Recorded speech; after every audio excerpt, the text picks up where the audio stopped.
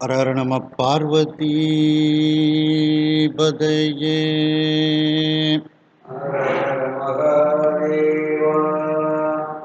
தென்னாடுடைய சிவனே போற்றி,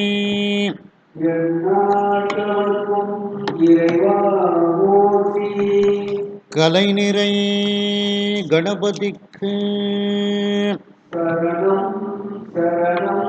திருச்செந்தூர் முருகனுக்கு திருவாவடுதுறை ஆதீன ஸ்ரீல ஸ்ரீ குருமா சன்னிதானம் அவர்கள் பொன்னார் திருவடிகளை வணங்கியும், தருமபுர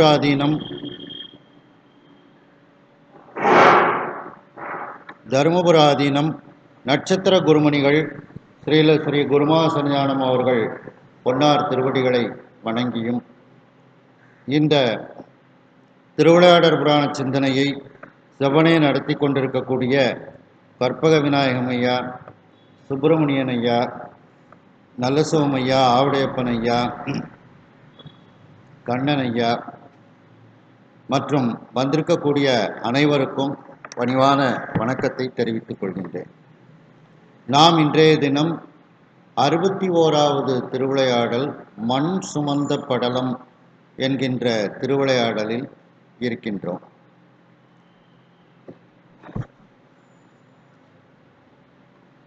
மணிவாசக பெருமானுக்காக இறைவன் மதுரையம்பதியில் மண் சுமந்த அந்த வரலாற்றை இப்பொழுது சிந்திக்க இருக்கின்றோம். எப்பொழுதுமே பரஞ்சோதி முனிவர் முதல் பாடலில் முந்தைய திருவிளையாடலை சுருக்கமாகவும் அடுத்து வரக்கூடிய திருவிளையாடலை பற்றி சுருக்கமாகவும் கூறுவார்கள். அதுபோல முதல் பாடல் அமைந்திருக்கின்றது. பண் சுமந்த மறை நாடரும் பொருள்,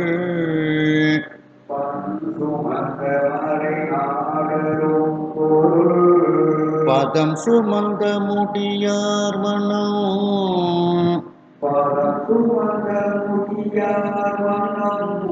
உன் சுமந்த துயர் தீர வந்த பரே,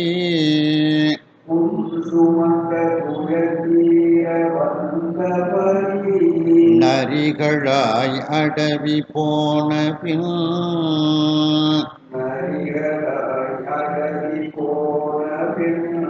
பின் சுமந்த சுரநதி என பெருகு,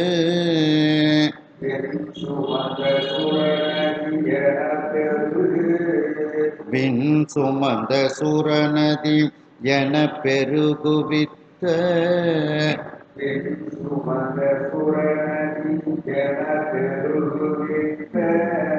வைய இது விடையவன்,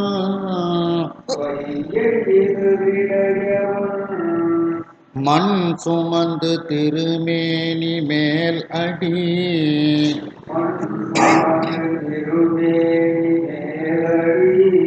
வடு சுமந்த கதை ஓதுவான்,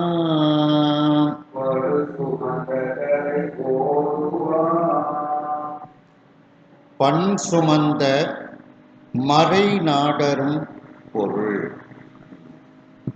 இசை, பண்ணுன இசை, அந்த இசையை தனக்குள் வைத்திருக்கக்கூடிய வேதங்கள் 4 வேதங்கள்ல அந்த சாம வேதம் நிறைய இசை குறிப்பு உடைய வேதம். சாமகானம் அப்படின்னே அதை சொல்லுவாங்க. ராவணன் அந்த சாமகானத்தை பாடிதான் இறைவனிடத்தில் பேரருள் பெறுகின்றான். அப்படி அந்த இசையை சுமந்த தன்னுள் வைத்திருக்கக்கூடிய அந்த வேதம், அந்த வேதங்களாலும் நாட முடியாத பொருளாக அந்த சிவபெருமான் இருக்கின்றார். அந்த வேதங்களாலும் காண முடியாத, நெருங்க முடியாத பொருளாக அந்த சிவபெருமான் இருக்கின்றார்.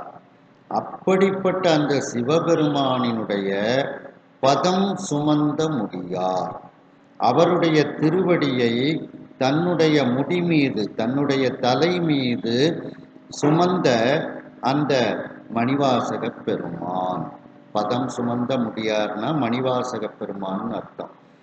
திருப்பெருந்துறையில் சுவாமிகிட்ட தீட்சையெல்லாம் திருவடி தீட்சை பெற்ற அந்த மணிவாசக பெருமான்.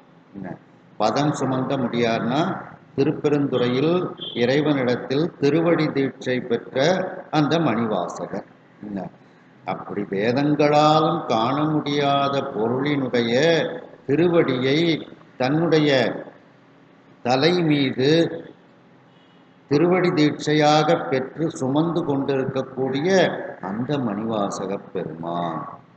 அந்த மணிவாசக பெருமானினுடைய மனம் இப்பொழுது துன்பத்தில் இருக்கின்றது. மனம் புன் சுமந்த துயர் தீர.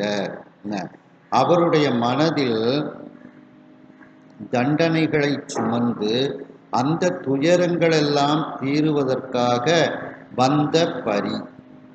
அந்த மணிவாசக பெருமானினுடைய துயரத்தை தீர்ப்பதற்காக சிவபெருமான் கொண்டு வந்த அந்த குதிரைகள், அந்த குதிரைகளெல்லாம் நரிகளாய், அவைகளெல்லாம் நரிகளாக இரவு பொழுதில் மாறி அடவி போன பின் அந்த காட்டிற்கு அந்த நரிகளெல்லாம் சென்று விடுகிறது. அடவினா காடு. காட்டுக்கு சென்று விடுகிறது. அதற்கு பின்னும் மணிவாசக பெருமானுக்கு அரசன் தண்டனை கொடுக்கின்றான். அந்த தண்டனையிலிருந்து நீக்குவதற்காக இறைவன் ஒரு திருவிளையாடலை செய்கின்றான். எப்படிப்பட்ட திருவிளையாடலை செய்தான்? விண் சுமந்த சுரநதி, ஆகாயத்தில் இருக்கக்கூடிய, ஆகாயம் சுமந்து கொண்டிருக்கக்கூடிய அந்த சுரநதி, சுரர்ன தேவர்கள், தேவகங்கை, ஆகாய கங்கை, அந்த ஆகாய கங்கை என பெருகுவித்த ஆகாய கங்கையை போல வைகை நதியை சுவாமி பெருகுவித்தார். பெருகுவித்த வையை இது. அந்த மணிவாசக பெருமானை காப்பாற்றுவதற்காக சிவபெருமான் ஆகாய கங்கையை போல இந்த வைகை நதியை மிகப்பெரிய வெள்ளமாக பெருக்கெடுத்து வைத்த அந்த வரலாற்றை இதுவரைக்கும் உங்களுக்கு கூறினேன். இது அப்படின்னா இதுவரைக்கும் அந்த வரலாற்றை உங்களுக்கு கூறினேன். விடையவன் மண் சுமந்து, இப்போ அடுத்த வரலாற்றை சொல்றார். அந்த இடப வாகனத்தில் அமர்ந்திருக்கக்கூடிய சிவபெருமான் அந்த வைகை நதிக்கரையில் இருக்கக்கூடிய அந்த மண்ணை தலை மீது சுமந்து திருமேனி மேல், அவருடைய அந்த பொன்னார் மேனி, அந்த திருமேனியில் அந்த ஹரிமர்த்தன பாண்டியன்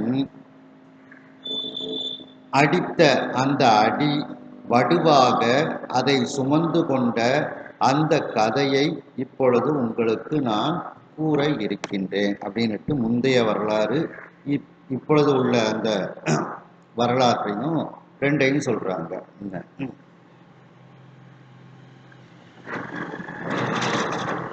கருங்கடல் திரையிடை கிடந்து சுழல்,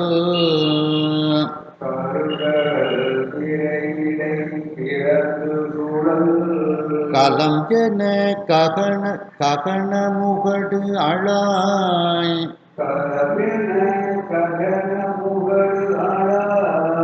வரும் புனல் பறவையுள் கிடந்து நகரு,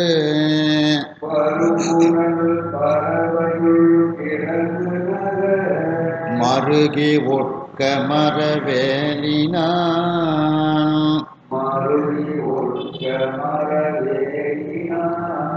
ஒருங்கு அமைச்சரை விழித்து நீர்க்கரை,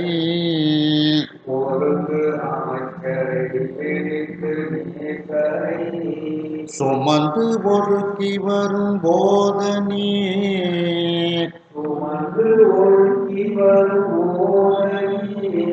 பொறும் கதத்தினை அடக்குவீர் என,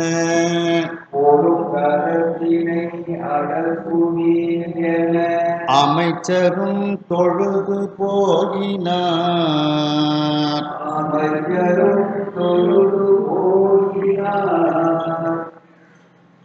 கருங்கடல் திரையிடை கிடந்து, அந்த கருங்கடல் அப்படின்னாலே ஆழமான கடல்.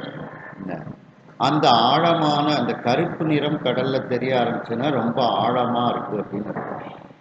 அந்த ஆழம் போக போக வெளிச்சம் இல்லாததுனால அது கருப்படிச்சு இருக்கும். அப்போ ஆழமான அந்த கடல், அந்த ஆழமான கடல்களில் தான் கப்பல்கள் அந்த மரக்கலங்கள் எல்லாம் செலுத்த முடியும். அப்படி அந்த ஆழமான கருமையான கடல் திரையிடை, அந்த அலைகளுக்கு நடுவில், திரைனா அலை, இடைனா நடுவில், அந்த அலைகளுக்கு நடுவில் கிடந்து சுழல், அந்த நடுவில் கிடந்து சுழன்று கொண்டிருக்கக்கூடிய களம் என அந்த மரக்கலம், அந்த கப்பலை போல ககன முகடு அழாய். ககன முகடு, ககனம்னா அண்டம், முகடுன்னா உச்சி. அந்த வைகை ஆற்று வெள்ளம் எப்படி இருக்கின்றது அப்படின்னா, அண்டத்தின் உச்சி அளவிற்கு ஒட்டி கொண்டு, தொட்டு கொண்டு, அழாயினா தொட்டு கொண்டு, ஒட்டி கொண்டு, அண்ட உச்சி அளவிற்கு அந்த அண்ட உச்சியை தொட்டு கொண்டு வரும் புனல் பறவையுள் கிடந்து, அப்படி வரக்கூடிய அந்த வைகையாறு, அந்த வைகையாறு எப்படி இருக்கின்றதா? பறவை போல இருக்கிறதா. பறவைனா கடல்னு அர்த்தம். அந்த வைகையாறு, புனல்னா வைகை, இங்க பறவைனா கடல். இந்த இடத்துல கொஞ்சம் கவனமா கவனிச்சோம்னா வெறுமன புனல் ஆறு அப்படின்னு சொல்லிட்டு வைகையை எடுக்க வேண்டியது இருக்கு. எதனால? பொதுவா நம்ம சொல்லியிருக்கிறோம், புனல், ஆறு, நதி, நீர், தண்ணீர் அப்படின்னா கங்கையைத்தான் குறிக்கும். ஆனா இங்க வைகையே கங்கைன்னு சொல்லியிருந்தார்.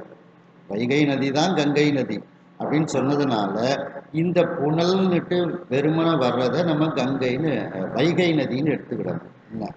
அப்படி அந்த அண்டத்தின் உச்சியை தொட்டுக்கொண்டு வேகமாக வரக்கூடிய அந்த வைகையாகிய கடலுள் கிடந்து இந்த மதுரை மாநகரம் மயங்கி அஞ்சிக் கொண்டு அது துன்பப்பட்டு கொண்டு இருக்கின்றது. அதாவது ஒரு கடலுக்கு நடுவில் ஒரு சுழல் காற்று வரும்போது அந்த மரக்கலம், அந்த கப்பல் எப்படி துன்பப்பட்டு கொண்டு சுழன்று கொண்டு இருக்குமோ, அதுபோல இந்த வைகை ஆற்று வெள்ளத்துக்குள்ள இந்த மதுரை நகரமானது அகப்பட்டு கொண்டு மயங்கி கொண்டு அஞ்சி கொண்டு இந்த மதுரை மாநகரம் இருக்கின்றது அப்படின்னு சொல்றாங்க. மரவேலினான், அந்த வலிமை வாய்ந்த வேற்படையை செலுத்தக்கூடிய அந்த பாண்டிய மன்னன் ஒருங்கு அமைச்சரை விழித்து, எல்லா அமைச்சர்களையும் அழைக்கின்றான். பாண்டிய மன்னன் ஒருங்குனா எல்லா அப்படின்னு அர்த்தம். எல்லா அமைச்சர்களையும் அழைக்கின்றான். விழித்துனா அழைத்தல். அவர்களிடத்தில் கூறுகின்றான், நீர் கரை சுமந்து ஒதுக்கி வரும், நீங்கள் எல்லோரும் வைகை நதிக்கு சென்று அந்த கரையை உடைத்து கொண்டு, தண்ணீரானது ஊருக்குள் ஒதுங்கி கொண்டு அப்படியே வருகின்றது.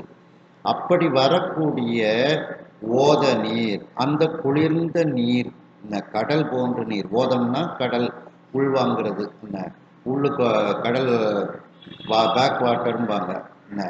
அப்படி அந்த குளிர்ந்த நீர்னு எடுத்துக்கிடலாம். கடல் நீர் போல பெருகி வரக்கூடிய வைகை, அந்த குளிர்ந்த நீரினுடைய பொருங்கதத்தினை, சண்டையிடக்கூடிய கோபத்தினை, கதம்னா கோபம்னு அர்த்தம், பொருள்னா சண்டையிடுதல்.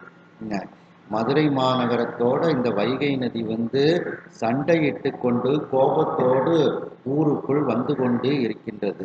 அப்படிப்பட்ட அந்த வைகை நதியினுடைய அந்த ஆற்றலை அடக்குவீர், அந்த வைகை நதியினுடைய நீரை அந்த கட்டுப்பாட்டுக்குள் வைத்து அடக்குவீர்களாக என்று பாண்டிய மன்னன் எல்லா அமைச்சர்களையும் அழைத்து கூறுகின்றான். அமைச்சர்களும் வந்த அமைச்சர்கள் அனைவரும் அந்த பாண்டிய மன்னனை வணங்கி தங்கள் கடமைகளை செய்ய அவர்கள் செல்கின்றார்கள். வைகை நதிக்கரைக்கு இப்பொழுது எல்லா அமைச்சர்களும் செல்கின்றார்கள்.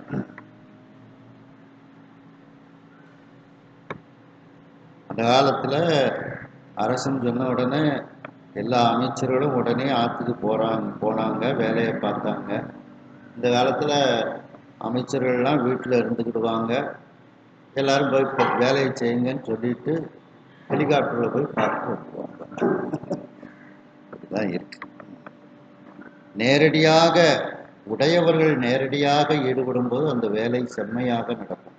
அது மாதிரி அந்த அமைச்சர் பெருமக்கள் எல்லாருமே அந்த வைகை நதிக்கு செல்லும்போது எல்லாரும் அந்த வேலையை செய்வாங்க, வேகமாக அந்த வேலை நடைபெறும்.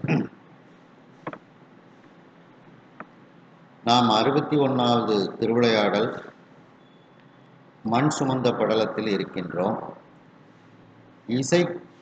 இசையை சுமந்து கொண்டு இருக்கக்கூடிய அந்த வேதங்கள், சாமவேதம் என்பது இசை மிகுந்த வேதம், சாமகானம் என்றே கூறுவார்கள். அப்படிப்பட்ட அந்த வேதங்கள் எல்லாம் நெருங்க முடியாத, காண முடியாத பொருளாக அந்த சிவபெருமான் இருக்கின்றார்.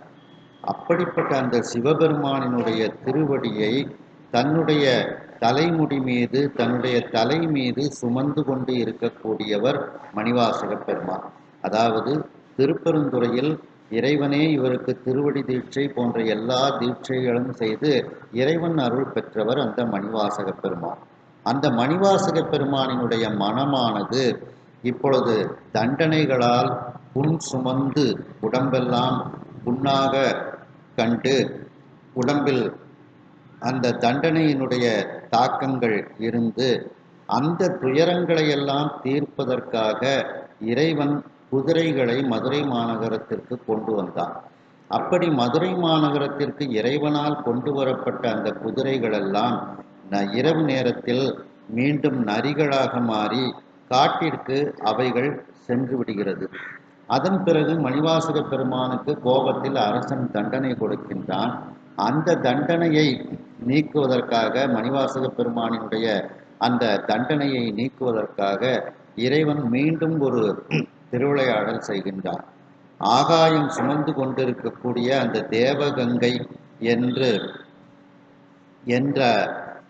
என்ற மிகப்பெரிய அந்த ஆகாய கங்கை எப்படி பெருகி வருமோ, 1000 முகங்களோடு அது பெருகி வருமோ, அதை போல அந்த மதுரை மாநகரத்து வைகை நதியை பெருகி வரச் செய்தார் மதுரை மாநகரில் என்ற வரலாற்றை இதுவரைக்கும் உங்களுக்கு நான் எடுத்து கூறினேன்.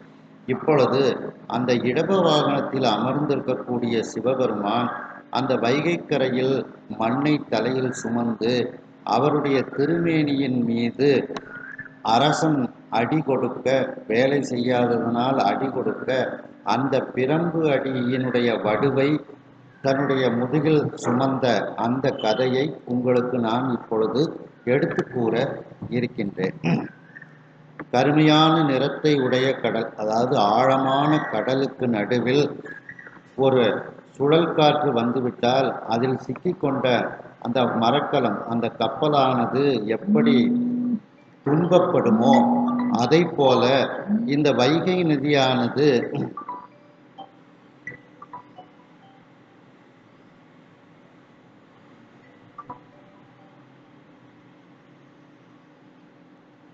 அதுபோல இந்த வைகை நதியானது அண்டத்தின் உச்சியை தொட்டு கொண்டு வரக்கூடிய இந்த வைகை நதி என்கின்ற கடலுக்குள் இந்த மதுரை மாநகரம் ஒரு கப்பலை போல கிடந்து சுழன்று கொண்டு அந்த நகரத்தில் உள்ளவர்களும் அந்த நகரமும் மயங்கி அஞ்சிக் கொண்டு இருக்கின்றது.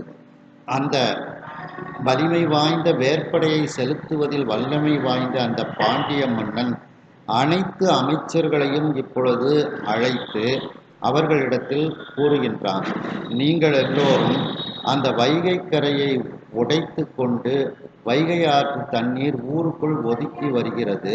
அப்படிப்பட்ட அந்த குளிர்ந்த நீரினுடைய, அந்த வைகை ஆற்றினுடைய சண்டையிடக்கூடிய அந்த கோபத்தை நீங்கள் இப்பொழுது அடக்கிவிட்டு வாருங்கள். அதாவது கரையை செப்பனிட்டு வைகை நதி தண்ணீர் ஊருக்குள் வராதவாறு நீங்கள் அந்த பணியை செய்துவிட்டு வாருங்கள் என்று அமைச்சர்களிடத்தில் பாண்டிய மன்னன் கூறுகின்றார். அமைச்சர்களும் பாண்டிய மன்னனை வணங்கி கொண்டு இப்பொழுது அனைவரும் வைகை கரைக்கு செல்கின்றார்கள்.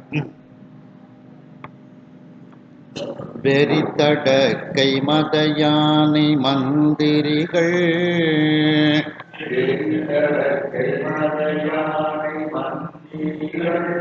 வேறு வேறு பல குடிகளும்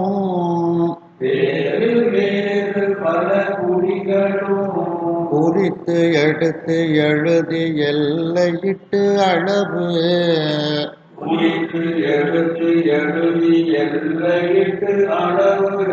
போல் கிடத்தி வரை கீரியே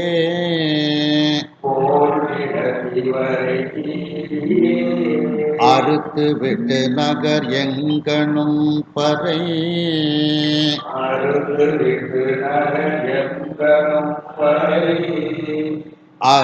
அறைந்து அழைத்து விடும் ஆளெல்லாம்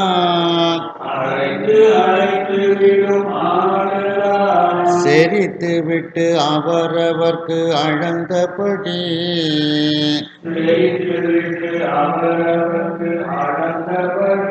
செய்மின் என்று வருவித்தன.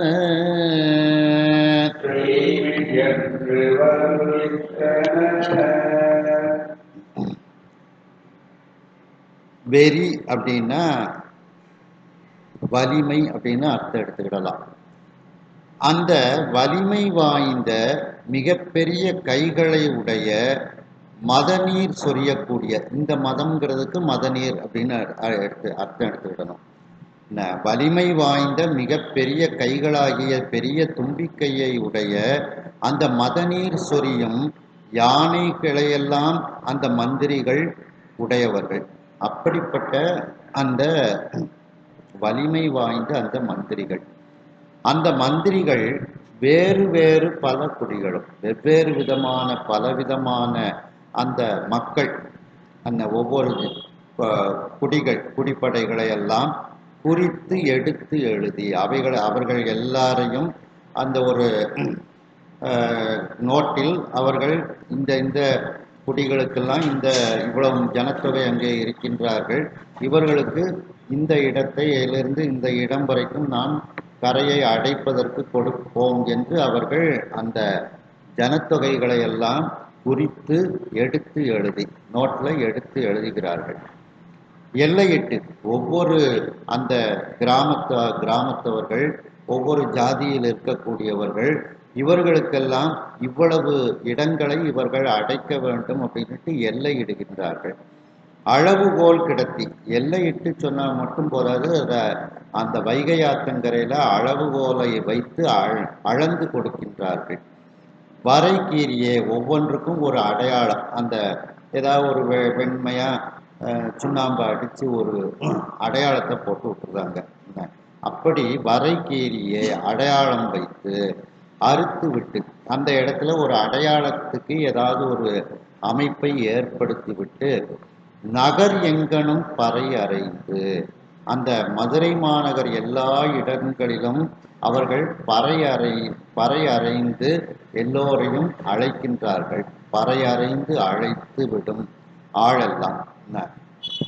அப்படி அவங்க கூப்பிட்ட உடனே அந்த மதுரை மாநகரத்தில் இருக்கக்கூடிய எல்லா மக்களும் செரித்து விட்டு அந்த ஒரு இடத்துல சேர்ந்து விடுகிறார்கள். எல்லாரும் சேர்ந்த உடனே அவர்களுக்கு விவரங்களை எல்லாம் எடுத்து கூறி அவரவர்க்கு அளந்தபடி, உங்களுக்கு இந்த கரையில் இத்தனை மைல் தூரம் நீங்கள் இந்த கரையை அடைச்சிக்கிடணும், உங்களுக்கு இத்தனை மைல் தூரம் அப்படின்ட்டு ஒவ்வொரு அந்த குடிப்படைகளுக்கும் அவர்கள் அந்த கரையை அளந்து கொடுக்கின்றார்கள். அப்படி அவரவர்க்கு உங்களுக்கு அளந்த அந்த இடத்தில் அந்த கரையை நீங்கள் பலப்படுத்தக்கூடிய வேலையை நீங்கள் செய்வீர்களாக. மண்ணை எடுத்து அந்த கரையை உயர்த்தி தண்ணீரானது ஊருக்குள் வராதபடி நீங்கள் செய்யுங்கள் என்று அனைவருக்கும் அந்த மந்திரிமார்கள் உத்தரவிடுகின்றார்கள். மண் தொடும் கருவி கூடையாளரும்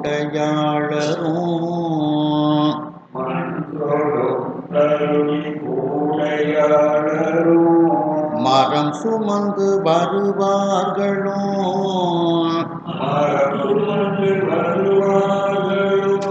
விண் தொடும்படி நிமிர்ந்து வண்டு படு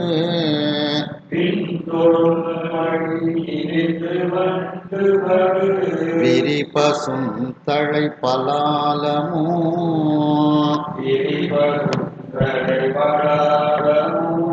கொண்டு அதிர்த்து வருவாரும் வேறு பல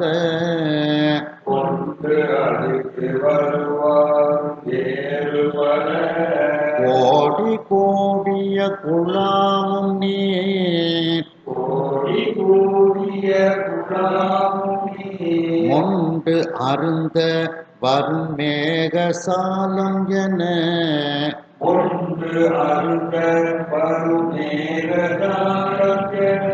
வருபுணல் கரையில் மொய்த்தன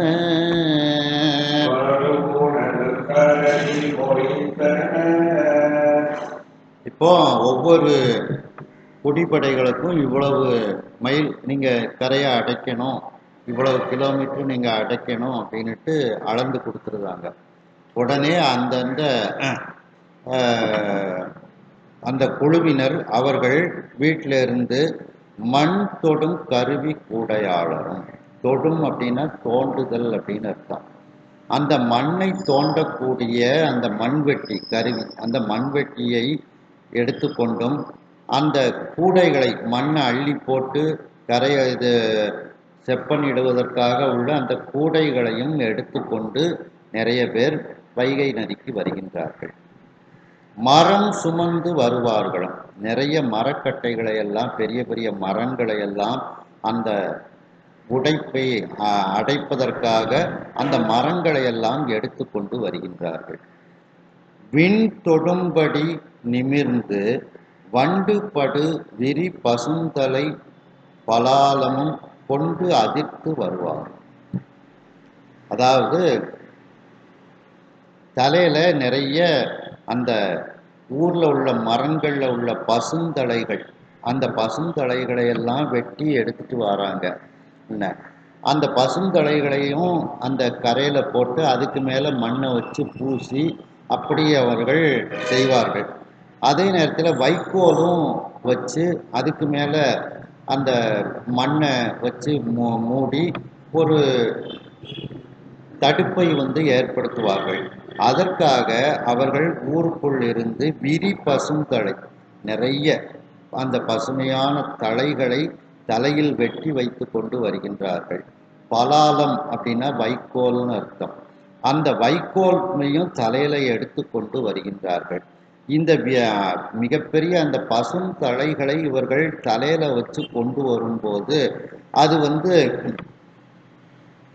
ஆகாயத்தை தொடக்கூடிய அளவுக்கு மிகப்பெரிய சும்மாடு அந்த வெயிட்டை தலையில வச்சு இவங்க அந்த பசுந்தலைகளை கொண்டு வராங்க.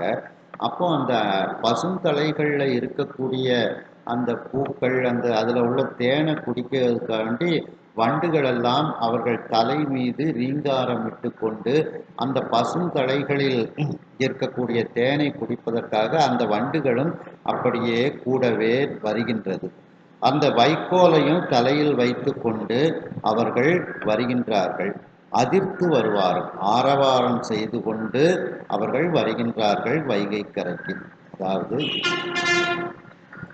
விண்ணை தொடக்கூடிய அளவிற்கு தலையில் அவர்கள் நிறைய அந்த பசுந்தலைகளை தலையில் வைத்து கொண்டு வருகின்றார்கள். அந்த பசுந்தலையில உள்ள தேனை பூக்களின் தேனை குடிக்கிறதுக்காண்டி வண்டுகளும் கூடவே வருகின்றன. இந்த வைக்கோல் போர்களை எல்லாம் தலையில எடுத்து கொண்டு வருகின்றார்கள். அதையும் அந்த கரையில வச்சு அதை அடைப்பார்கள். அதுக்கெல்லாம் இதெல்லாம் எடுத்து வராங்க. வேறு பல கோடி கூடிய குழாமும், கோடி அப்படின்னா கொள் பிளஸ் நீ கோடி அப்படின்னு அது வரும். அப்படி இன்னும் என்ன என்ன அந்த கரையை அடைப்பதற்கு தேவைப்படுமோ அதையெல்லாம் எடுத்துக்கொண்டு, கொள் அப்படின்னா எடுத்துக்கொண்டு, கூடிய குழாமும், அந்த கூட்டத்துக்கு அந்த வைகை நதியில மிகப்பெரிய கூட்டம் இப்பொழுது கூடியிருக்கின்றது. நீர் மொண்டு அருந்த, அந்த மேகசாலம், மேகசாலம்னா சாலம்னா கூட்டம்னு அர்த்தம். அந்த மேக கூட்டமானது கடலிலிருந்து நீரை அப்படியே மொண்டு அருந்தி கொண்டு கார் மேகமாக அது மாறும். மேலே போனோம்னா கருமை நிறத்தை அடைந்து கார் மேகமாக மாறும். அப்படி அந்த நீர் மொண்டு அருந்துவதற்காக வரக்கூடிய அந்த மேக கூட்டத்தை போல இந்த நீர்வரத்து உடைய இந்த வைகை கரையில் அந்த மக்கள் எல்லோரும் ஈக்களை போல மொய்த்து கொண்டு மேகக்கூட்டம் போல மொய்த்து கொண்டு அவர்கள் அங்கே இருக்கின்றார்கள். அதாவது மிகப்பெரிய கூட்டம் அங்கே கூடியிருக்கின்றது அப்படின்ட்டு இதில் வந்து சொல்கின்றார்கள். ரெண்டாவது, பொதுவாக பார்த்தீங்கன்னா நம்முடைய தமிழ்நாட்டினுடைய நிறமே வந்து மனிதர்களுடைய நிறம் கருப்பு தான். அதனால இவங்க எல்லாருமே, ரெண்டாவது இவங்க இந்த மண்வெட்டி வேலை இதெல்லாம் செய்யக்கூடியவங்கள்லாம் பார்த்தீங்கன்னா கொஞ்சம் நிறம் இதாகத்தான் இருப்பாங்க. அதனால எல்லாம் கூட்டம் கூட்டமாக நிற்கிறதுனால அந்த கார் மேகம் போல, கரிய மேக கூட்டம் போல எல்லோரும் இருக்கின்றார்கள் அப்படின்ட்டு இதில் வந்து சொல்லப்படுகிறது.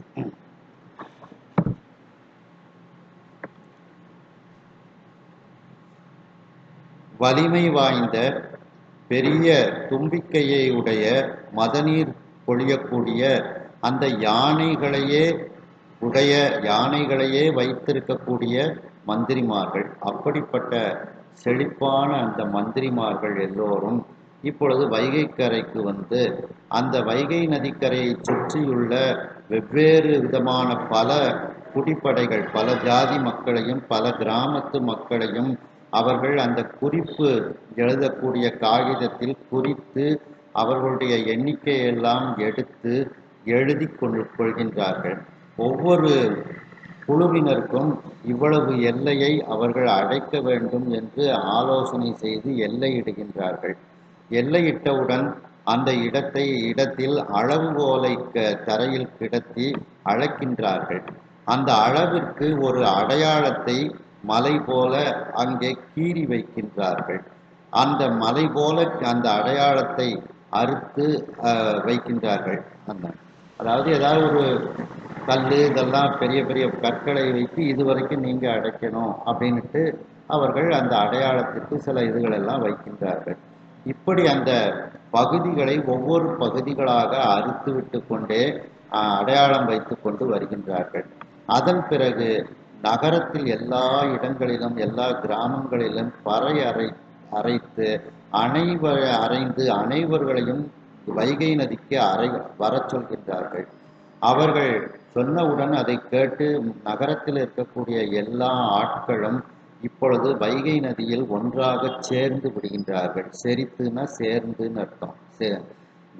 அப்படி ஒன்றாக சேர்ந்தவுடன் அவர்களுக்கு மன்னனினுடைய ஆணையை எடுத்து கூறி அவரவர்களுக்கு அளந்த அந்த இடத்தில் உங்களுக்கு கொடுக்கப்பட்ட அந்த கரை பகுதியை நீங்கள் செப்பனிடுவீர்களாக, கரையை உயர்த்தி தண்ணீரானது ஊருக்குள் வராதவாறு நீங்கள் திருப்பணி செய்வீர்களாக என்று அனைவர்களையும் அவர்கள் கூறுகின்றார்கள்.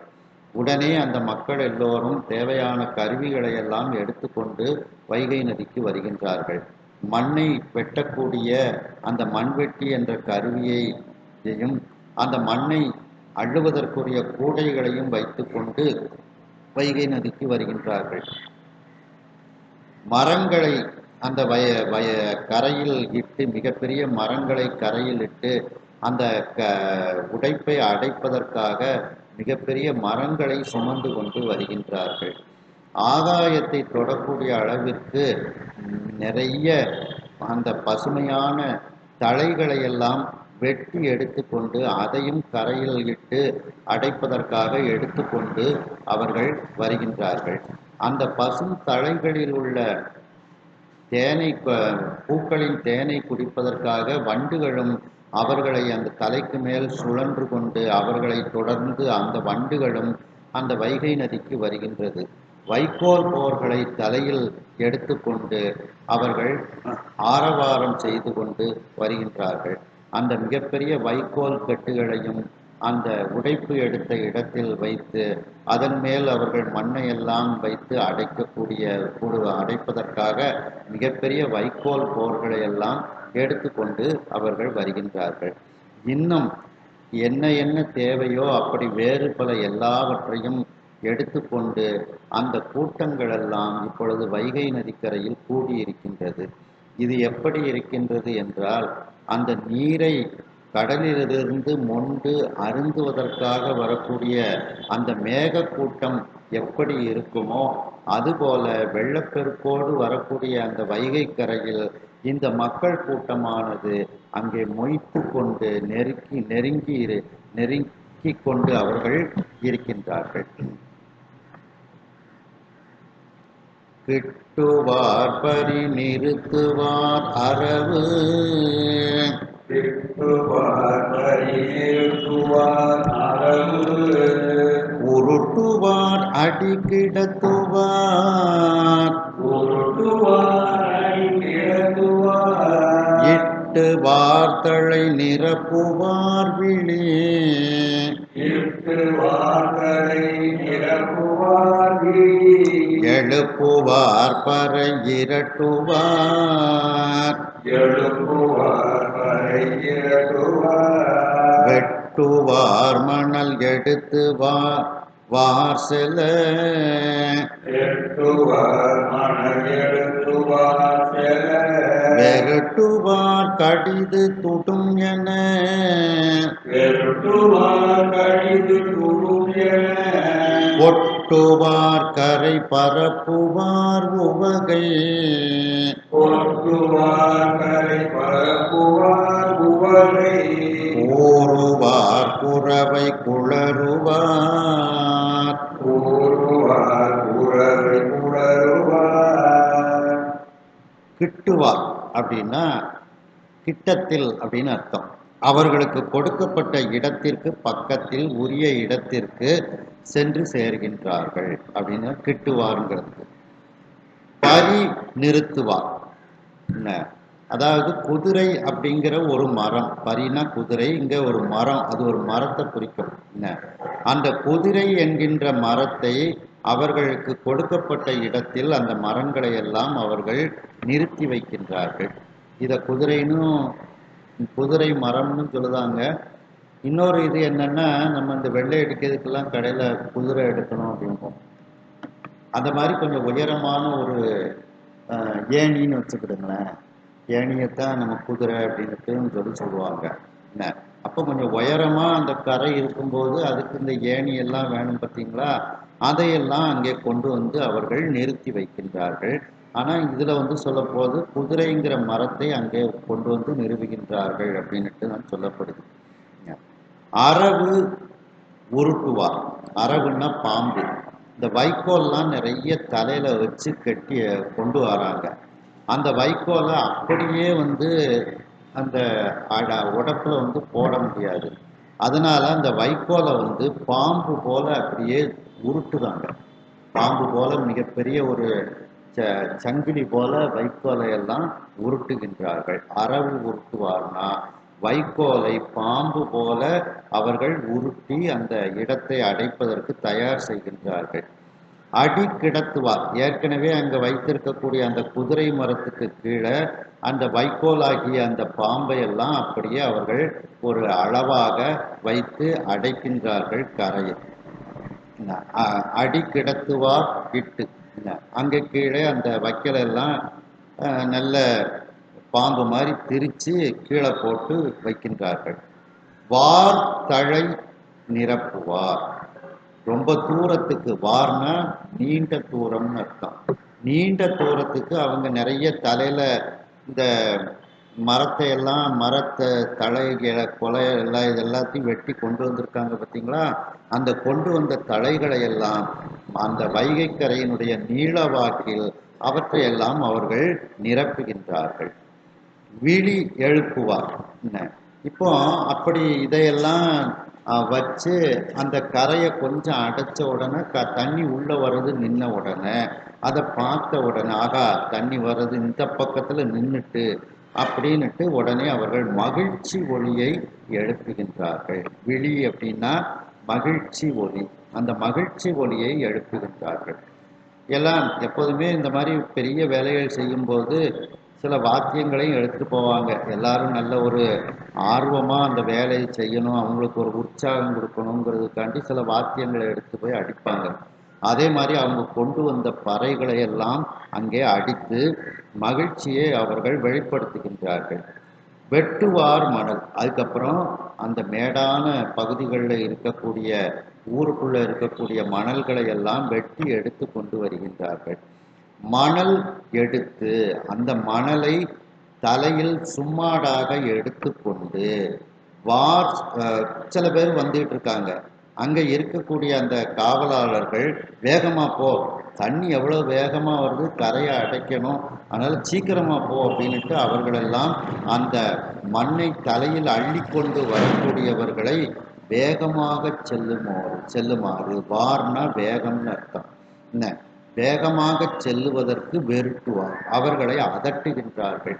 இவங்க ஒழுங்காக வேலை செய்தாங்களா அப்படின்னு பார்க்கறதுக்கு ஒரு சிலரை நியமிச்சிருப்பாங்க.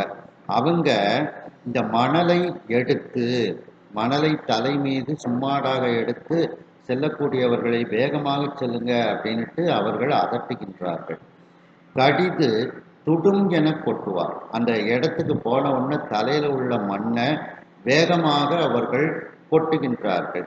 என்ன கொஞ்சமாக இதில் என்ன குறிப்பு அப்படின்னா, ஒரு கைப்பிடியாக மண்ணை அள்ளி போட்டால் திரும்பவும் அந்த வெள்ளம் வந்து அடிச்சுட்டு போயிடும். கொண்டு வந்த கூடைய டபக்குன்னு அப்படியே தட்டுனா தான் வெள்ளம் நிற்கும். அதனால தான் அந்த இதை குறிப்பாக கடிது வேகமாக, என்ன கொஞ்சம் கொஞ்சமாலாம் மண்ணை போடக்கூடாது, கொண்டு வந்த கூடையை அப்படியே கவுத்திடணும் மண்ணை. அதான் கடிது வேகமாக துடும் அப்படின்னு ஒரு சத்தம் ஏற்படுற மாதிரி அந்த மண்ணை பூரா கரையில் கொட்டுதாங்க. கொட்டினா தான் வெள்ளம் வர்றது அந்த இடத்து அளவுக்கு தடைப்பட்டு நிற்கும். கொஞ்சம் கொஞ்சமாலாம் கொட்டக்கூடாது. கரை அந்த கொட்டின மணலை அதுக்கப்புறம் கரையில் பரப்புகின்றார்கள், அந்த மணலை கரையில் பரப்புகின்றார்கள். இப்படி அவங்க செய்யும்போது கொஞ்சம் கொஞ்சம் இடத்துலையா அந்த வெள்ளமானது வருவது தடைப்படுகின்றது. அதை பார்த்தவுடன் அவர்களுக்கு மகிழ்ச்சி ஏற்படுகிறது. உவகை கூறுவார், அந்த வெள்ளம் தடைப்பட்ட உடனே, கரை அடைபட்ட உடனே மகிழ்ச்சி ஏற்படுகிறது. அந்த மகிழ்ச்சியின் காரணமாக குரவை புலருவார், குரவை பாடல்களை எல்லாம் பாடிக்கொண்டு அவர்கள் ஆடிக்கொண்டு நிற்கின்றார்கள். எப்படி கண்ணப்ப நாயனார் வந்து சுவாமி கண்ணிலேருந்து ரத்தம் வருது, அப்போ ஊனுக்கு ஊன் அப்படின்னு சொல்லிட்டு ஒரு கண்ணை எடுத்து வைக்கிறார்.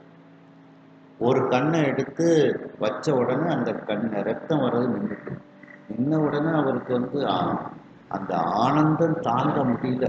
ஆடினார் பாடினார் துடித்தார் அப்படின்ட்டு அந்த பெரிய புராணத்தில் வரும். அதை மாதிரி இவங்களும் அவங்கவுங்களுக்கு கொடுத்த பகுதி கரையை அடைபட்ட உடனே எல்லாம் சந்தோஷத்தில் அவங்க குரவை பாடல்களை எல்லாம் பாடிக்கொண்டு மகிழ்ச்சியாக ஆடிக்கொண்டு அவர்கள் மகிழ்ச்சியை வெளிப்படுத்துகின்றார்கள்.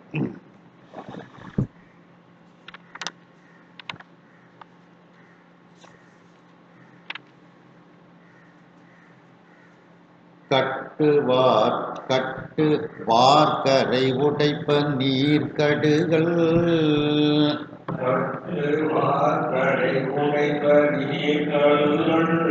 கண்டு நெஞ்சு அது கலங்குவார், மட்டு இல்லாத முனிவு என்னை அன்னையினே,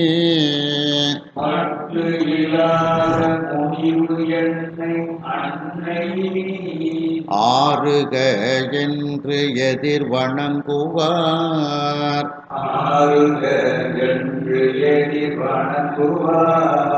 ஒட்டுவார் மணல் உடைப்பு அடங்க மகிழ்,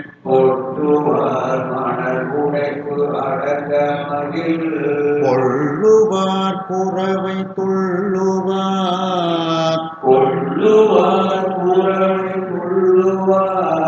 எட்டு மாதிரமும் எட்ட எட்ட வாய்வொலி எட்டு மாதிரமும் எட்டவாயொலி எழுப்புவார் பறை இரட்டுவார் எழுப்புவார் பறையிரட்டுவார் கட்டு வார்கரை உடைப்ப கெட்டப்பட்ட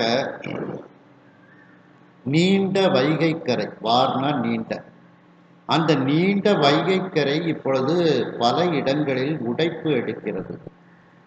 அந்த உடைப்பு எடுத்த இடத்திலிருந்து வைகை ஆற்று தண்ணீரானது வேகமாக விரைந்து நீர் கடுகல்னா வேகமாக ஊருக்குள்ள வருகிறது. அதை கண்டு நெஞ்சு அது கலங்குவார். அந்த கரை பகுதியில் இருக்கக்கூடிய அந்த மக்கள் எல்லாம், கரையை அடைக்க வந்த மக்கள் எல்லாம் நெஞ்சத்தில் அவர்களுக்கு கலக்கம் ஏற்படுகிறது. இப்படி கரையை உடைச்சிட்டு நீ ஊருக்குள்ள வந்தேன்னா நாங்கள் எப்படி பொழைக்கிறது அப்படின்ட்டு அவர்கள் எல்லாரும் நெஞ்சு கலங்கி நிற்கின்றார்கள். அந்த மக்கள் எல்லோரும் அந்த வைகை அன்னையினிடத்தில் வேண்டுகின்றார்கள். மட்டு இல்லாத முனிவு என்னை அன்னை, மட்டுன்னா அளவுன்னு அர்த்தம். அளவில்லாத கோபம் எங்கள்கிட்ட ஏன் நீ இப்படி வைத்து கொண்டு வருகின்றாய்? முனிவுன்னா கோபம். எங்கள் மீது அளவில்லாத கோபம் உனக்கு ஏன் வந்தது? அன்னையே, உன்னைய நாங்கள் தாயாக போற்றுகின்றோமே, வைகை தாய் என்று நாங்கள் போற்றுகின்றோமே, இனி ஆறுக என்று எதிர் வணங்குவார். சரிம்மா, இனியாவது நீ சாந்தமடைவாயாக, உன்னுடைய கோபத்தை விட்டுவிட்டு சாந்தம் அடைவாயாக என்று கீழே விழுந்து அவர்கள் எல்லோரும் வணங்குகின்றார்கள் அந்த வைகை தாயை. அதன் பிறகு கொட்டுவார் மணல்களை எல்லாம் எடுத்துக்கொண்டு அந்த உடைப்புல கொட்டுகின்றார்கள். உடைப்பு அடங்க, அந்தந்த பகுதியில உடைப்பு அப்படியே நீங்குகிறது, அடைக்கப்படுகிறது. அந்த உடைப்பானது அடைக்கப்படுகிறது. அடைத்தவுடன் மகிழ் கொள்ளுவார். அதை பார்த்து அவர்கள் மகிழ்ச்சி அடைகின்றார்கள். மகிழ்ச்சியின் காரணமாக குரவை துள்ளுவார். குரவை பாடல் பாடி துள்ளிக்கொண்டு ஆடிக்கொண்டு அவர்கள் இருக்கின்றார்கள். எட்டு மாதிரமும் மாதிரம்னா திசைன்னு அர்த்தம். 8 திசைகளுக்கும் இவர்கள் செய்யக்கூடிய அந்த வாயினால் எழுப்பக்கூடிய அந்த மகிழ்ச்சி ஒளியானது, வாயில் மகிழ்ச்சி ஒளியை எழுப்புகின்றார்கள். அந்த வாயினால் எழுப்பக்கூடிய மகிழ்ச்சி ஒளியானது 8 திசைகளுக்கும் சென்று சேர்கிறது. 8 திசையில எட்டி அது சென்று சேர்கிறதா. அந்த மாதிரி இந்த விசில் அடிக்கிறது, ஆஹா ஓஹோன்னுட்டு சொல்றது. நம்மன்னா சிவபெருமான் நாமத்தை அரகர நமச்சிவாய அப்படின்னு சொல்லுவோம். அவர்கள் பாமர மக்கள் தானே, அதனால அவரவர்களுக்கு தெரிந்தவாறு அந்த வாயொலியை எழுப்புகின்றார்கள். அந்த வாயொலி மகிழ்ச்சியோட ஒலியை எழுப்பும்போது அந்த சத்தமே அபாரமாக இருக்கும், அதிகமாக இருக்கும். அந்த சத்தமானது 8 திசைகளுக்கும் சென்று சேர்ந்ததாம். அதன் பிறகு பறை இரட்டுவார். அந்த பறை கொட்டுகளை எல்லாம் அவர்கள் அடித்து கொண்டு அந்த மகிழ்ச்சியை அவர்கள் வெளிப்படுத்தி கொண்டு இருக்கின்றார்கள். கரையை அடைப்பதற்காக வந்த மக்கள் அவர்களுக்கு என்று ஒதுக்கப்பட்ட இடத்தை அடைந்து சென்று சேருகின்றார்கள். அந்த இடத்திற்கு, அந்த இடத்தில் குதிரை என்ற மரத்தை அவர்கள் நிறுத்தி வைக்கின்றார்கள். அங்கு இருக்கக்கூடிய வைக்கோல்களை பாம்பினை போல உருட்டி வைக்கின்றார்கள். அந்த பாம்பு போல் உருட்டிய அந்த வைக்கோல்களை அந்த குதிரை மரத்தின் கீழே வரிசையாக கிடத்தி வைக்கின்றார்கள். கிடத்தி வைத்து இவ்வாறு அந்த உடைந்த கரைகளை அடைக்கின்றார்கள். வார்த்தழை நிரப்புவார். நீளவாக்கில் அந்த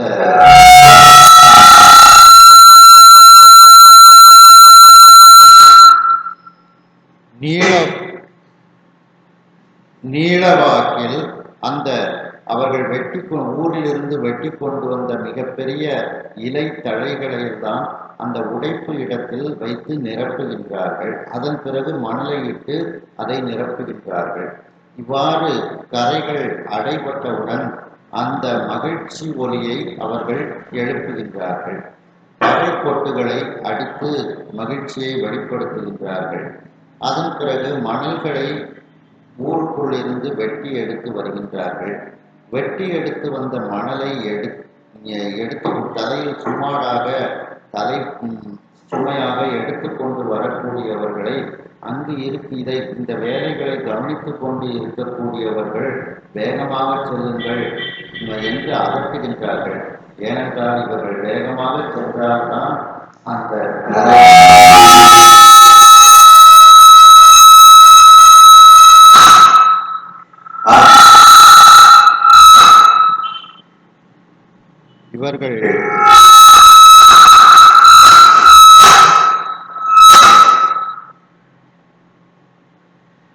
இவர்கள் வேகமாக சென்றால்தான் அந்த கரையை அடைக்க முடியும்.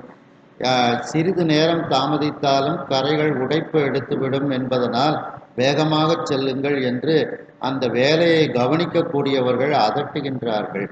இந்த மக்களும் தலையில் அந்த மணலை சும்மாடாக எடுத்துக்கொண்டு வேகமாக சென்று உடனே துடும் என்ற சப்தம் வெளிவருமாறு அந்த மணலை அந்த கரையின் மீது, உடைபட்ட கரையின் மீது கொட்டி விடுகின்றார்கள். ஏனென்றால் சிறிதாக கொட்டினால் கரை அந்த வெள்ளத்தில் அந்த மணல் அடித்து சென்றுவிடும். ஆகையினால் கொண்டு வந்த மணலை வேகமாக உடனே அந்த அனைத்து கூடையில் உள்ள மணல்களையும் அங்கே கொட்டி விடுகின்றார்கள். அதன் பிறகு அந்த கரையில் அந்த மணலை தேவையான அளவிற்கு பரப்புகின்றார்கள். இவ்வாறு வேலைகளை பார்த்து அந்த வேலைகள் நிறைவடையும் போது அவர்கள் மகிழ்ச்சி அடைகின்றார்கள். மகிழ்ச்சியின் காரணமாக குறவை பாடலை குளறிக்கொண்டே பாடிக்கொண்டு அவர்கள் ஆடிக்கொண்டு மகிழ்ச்சியை வெளிப்படுத்துகின்றார்கள். இவ்வாறு ஏற்கனவே அந்த கட்டி வைக்கப்பட்ட நீண்ட வைகை ஆற்றின் கரையானது பல இடங்களில் உடைப்பு எடுக்கின்றது. அந்த உடைப்பின் வழியாக நீரானது வேகமாக விரைந்து ஊருக்குள் வருகின்றது. இதை கரையில் இருக்கக்கூடியவர்கள் கண்டு அந்த மக்கள் எல்லோரும் நெஞ்சத்தில் கலக்கம் ஏற்பட்டு அவர்கள் வைகை அன்னையிடத்தில் வேண்டுகின்றார்கள். வைகை அன்னையே, அளவில்லாத கோபம் எங்கள் மீது உனக்கு எதற்காக வந்தது? உன்னை நாங்கள் அன்னையாக அல்லவாக வைத்திருக்கின்றோம். இனியாவது நீ சாந்தமடைந்து எங்களை காப்பாற்றுவாயாக என்று அந்த அன்னையினுடைய எதிரில் விழுந்து வணங்குகின்றார்கள் அங்கு வேலை செய்ய வந்தவர்கள் எல்லாம். அதன் பிறகு அவர்கள் மணல்களை வெட்டி அதை தலையில் வைத்து கொண்டு அந்த உடைப்பு எடுத்த இடத்தில் கொட்டுகின்றார்கள். அந்த உடைப்பு அடைபட்டவுடன் மகிழ்ச்சி கொள்கிறார்கள். அந்த குறவை பாடலை பாடிக்கொண்டு துள்ளிக்கொண்டு ஆடுகின்றார்கள். இவர்கள் வாயினால் எழுப்பக்கூடிய அந்த மகிழ்ச்சி ஒலியானது 8 திசைகளிலும் சென்று சேருகிறது. அங்கு அவர்கள் பறை கொட்டுகளை அவர்கள் வாசித்து கொண்டு மகிழ்ச்சி அடைகின்றார்கள். ஒருவருக்கொருவர் உற்சாகத்தை ஏற்படுத்திக் கொள்கின்றார்கள். இந்நிலை ஊரில் உள்ளார் யாவர்க்கும் கூலியாக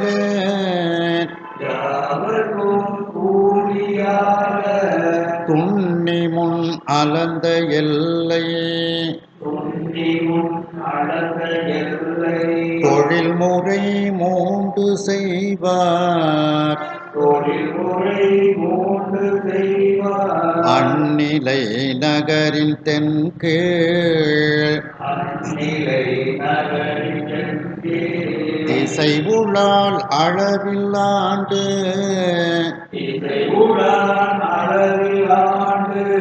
மன்னிய நரை மூதாட்டி ஒருத்தி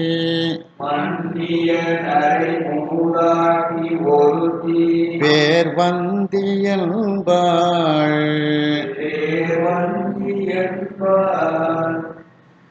இப்படிப்பட்ட நிலையில் ஊரில் உள்ளார் யாவர்க்கும், அந்த ஊர்ல இருக்கக்கூடிய எல்லா வீடுகளுக்கும் ஒவ்வொருத்தர் அந்த குறிப்பிட்ட அளவு எண்ணிக்கையில் அவர்கள் கரையை அடைக்க வேண்டும்னு சொல்லியிருக்காங்க.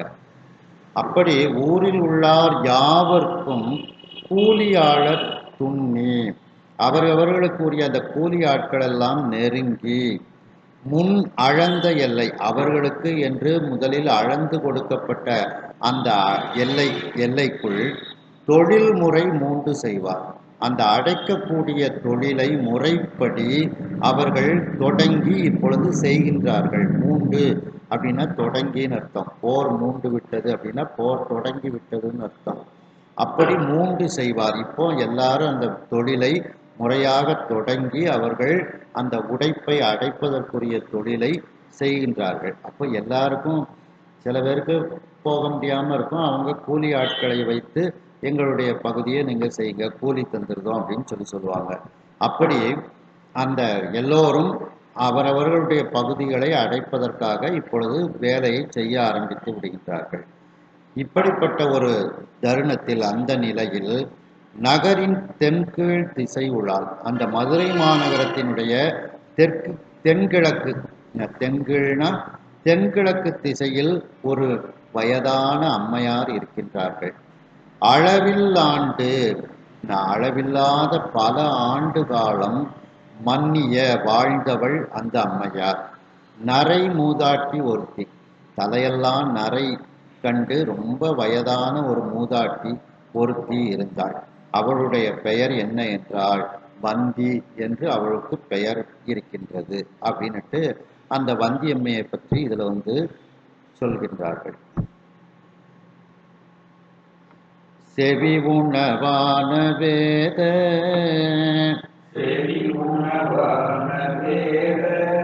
சிறப்பொருள் உணர்ந்து செல்தி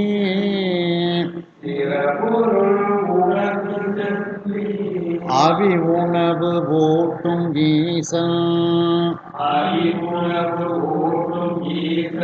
அன்பரின் ஆற்ற நோற்ற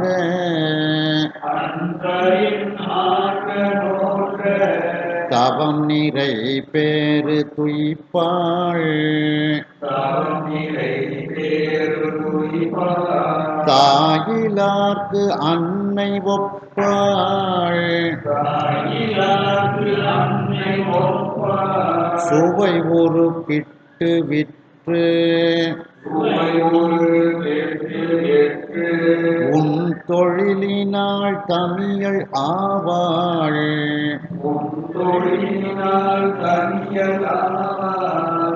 அந்த அம்மா எப்படிப்பட்டவங்க அப்படின்னுட்டு இந்த பாட்டுல சொல்றாங்க.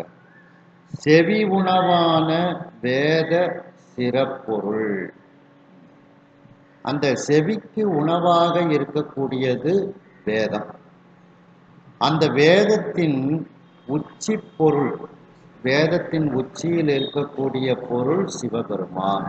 வேத சிறப்பொருள் அப்படின்னா வேதத்தின் உச்சியில் இருக்கக்கூடிய பொருளாகிய அந்த சிவபெருமானை உணர்ந்து, அந்த சிவபெருமானை உணர்ந்து செந்தி செம்மையான தீயை வளர்த்து வேள்வி செய்து அந்த வேள்வியின் மூலமாக அவி உணவு ஊட்டும் அந்த சிவபெருமானுக்கு அந்த அவி உணவை கொடுக்கக்கூடிய அந்த பூர்ணாவதி அந்த மாதிரி இதெல்லாம் கொடுக்கக்கூடிய அந்த ஈசன் அன்பரின் சிவபெருமானினுடைய அன்பர்களான அந்த சிவாச்சாரியார்கள், அந்த அந்தணர்கள் அவர்கள் ஆற்ற நோற்ற அந்த அன்பரின் அப்படின்னா அன்பரை விட அப்படின்னு அர்த்தம், மேலான அப்படின்னு அர்த்தம்.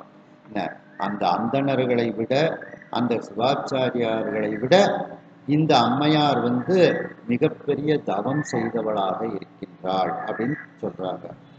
அந்த அந்தணரை விட ஆற்ற மிகுதியாக நோற்ற சிவபெருமானை நினைந்து நோன்பு செய்து தவம் நிறை பேறு, தவமானது இப்பொழுது அந்த அம்மையாருக்கு நிறைவு அடைந்து விட்டது.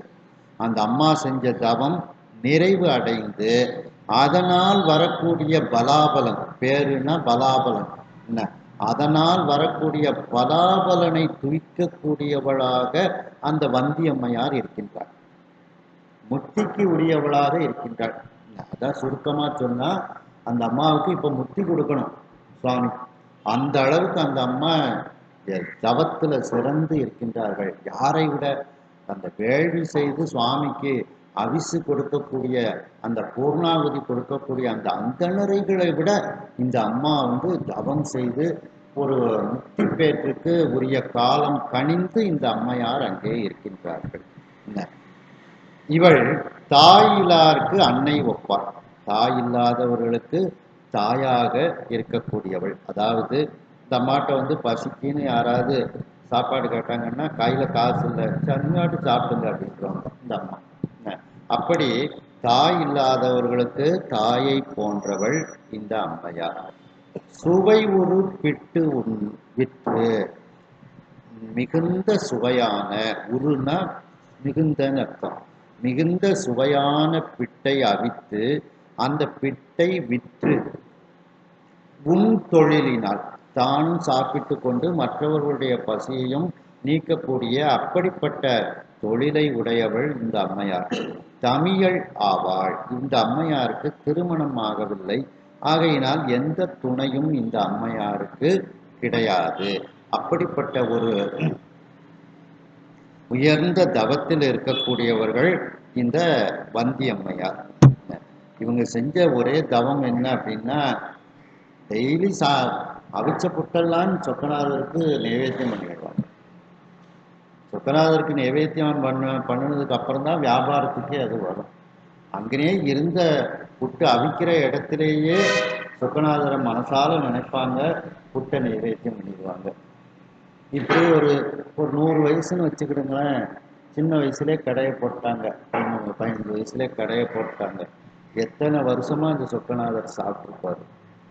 இப்போ அதுக்கெல்லாம் அந்த பலாபலனை கொடுக்கணும். அதுக்காண்டி தான் சுவாமி இங்கே வர்றார், இந்த வந்திக்கு ஆளாக வருகின்றார். அதனால தான் வீட்லேயும் பார்த்தீங்கன்னா அடுக்காலையிலேயே ஏதாவது ஒரு சாமி அவங்களுடைய இஷ்ட தெய்வத்தை வச்சுருப்பாங்க. பிள்ளையார் முருகர்னுக்கு அடுக்காலையில் காப்பி போட்டாலும் அவருக்கு நைவேத்தியம் பண்ணிடுவாங்க. சில பெண்களுடைய குணாதிசயம் இல்லை, காப்பி போட்டாலும் காப்பியும் சாமிக்கு நைவேத்தியம் ஆகி தான் வெளியில் வரும். ஊறுகாய் வச்சாலும் ஊறுகாயும் நைவேத்தியம் பண்ணிடுவாங்க. ஊறுகாய் மகாலட்சுமிக்கு நைவேத்தியம் பண்ணணும். அந்த ஊறுகாயை கொடுத்து தான் தங்க காசு அந்த பெறுதாங்க. வீட்டில் அந்த ஆதிசங்கரர் வந்து பிச்சை எடுக்க வராரு காலடியில். ஒரு வீட்டு வாசலில் போய் நிற்கிறாரு. அந்த வீட்டில் கடுமையான தரித்திரம். அப்போ ஒன்றுமே இல்லையே உனக்கு கொடுக்கறதுக்கு அப்படின்னு அந்த அம்மா வெளியில் வந்து சொல்கிறாங்க.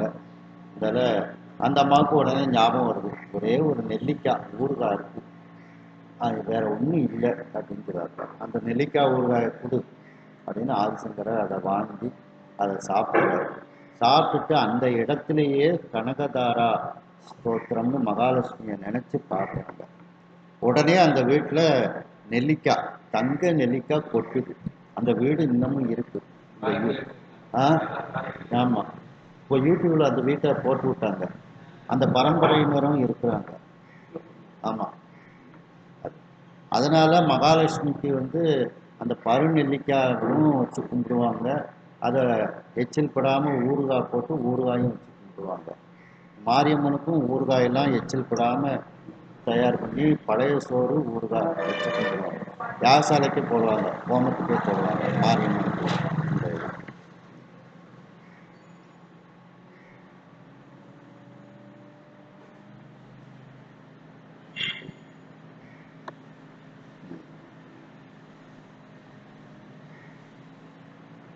இந்நிலை ஊரில் உள்ளார்.